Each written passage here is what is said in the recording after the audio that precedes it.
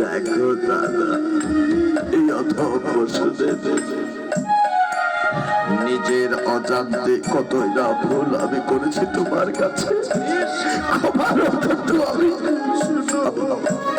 আমি কিচ্ছু চাই না দাদা তোমার কাছে, শুধু শুধু এই দুটো নববিবাহিত জীবনে, এই দুটো নববিবাহিত জীবনে আমি তোমার কাছে প্রাণ ভিক্ষা চাইছি দাদা। তুমি তুই তো আমার বোনের অনুমতি বেঁচে আসিস রে, নইলে এতক্ষণে তোমায় আমি শিরচ্ছেদ করতাম। এই সৈনিকগণ, মহারাজ বলুন আমরা কি করতে পারি? এদের মায়া কান্না শুনে দেখে আমার কোনো ফল আসবে না। তোমরা এক্ষুনি আমার নির্দেশ নেবে, এই দুজনকে ওই কারাকক্ষে প্রবেশ করে দেবে, সব বাতিগুলো বন্ধ করে দিয়ে অন্ধকার রাখবে, একজন যেন আরেকজন দেখতে না